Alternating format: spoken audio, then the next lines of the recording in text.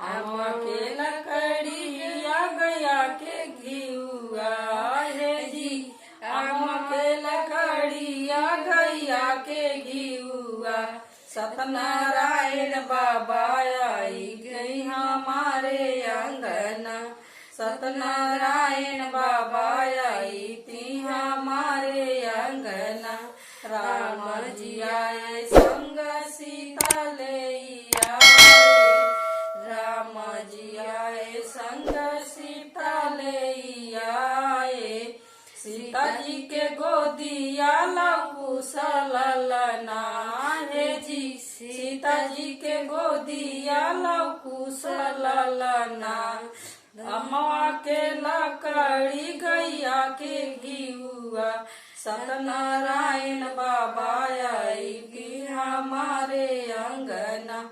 सत्यनारायण बाबा आई थी हमारे अंगना। शंकर जी आए संग गौरा ले आए। शंकर जी आए संग गौरा ले आए। गौरा के गोदिया गणपति ललना हे जी। गौरा के गोदिया गणपति ललना। सत्यनारायण बाबा आई थी हमारे अंगना।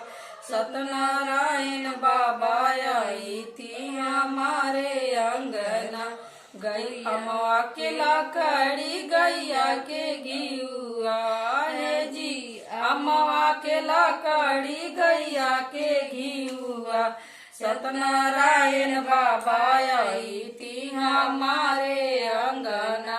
कृष्ण जी आए संग रुक्मिणी जी आए। कृष्ण जी आए संग रुक्मिणी जी आए। रुक्मिणी के गोदिया पर दुमन ललना। सत्यनारायण बाबा आई थी हमारे अंगना। सत्यनारायण बाबा आई थी हमारे अंगना। अम्मा के लकड़ी गैया के घिउआ हे जी। अम्मा के लकड़ी गैया के घिउआ। सत्यनारायण बाबा आई थी हमारे अंगना। सत्यनारायण बाबा आई थी हमारे